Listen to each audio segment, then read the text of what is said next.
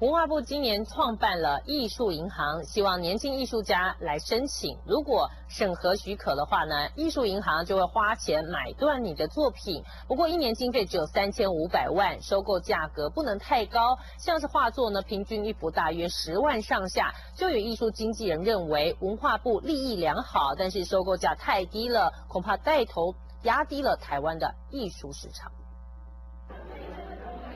透过精确的写生功力，把社会底层中老太太的失落神情描绘出来。画家中敦浩到俄罗斯深造后回台展览，初期1号画作6000元，现在要1万2。像这样大小的画作至少30万，但如果把作品拿到文化部的艺术银行收购，大约10万上下。据我们所知道，就是说我们在整个价格上是被低矮化的，被低价化的。专业艺术经纪人认为，文化部带头压低台湾的艺术市场，久了会沦落像劳工市场一样，22K 成了用人基准。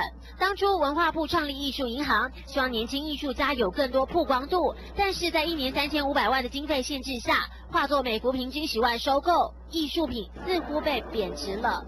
不管这个市场的行情怎么样，他就是说，哎，我就是以10万块来说，这是第一个是不懂艺术的，艺术是无价的。无价之宝到了文化部只剩10万，多数艺术家宁愿不卖给艺术银行。如此一来，文化部能收购到多少好作品，引发质疑。据新闻马上赖琼台北采访报道。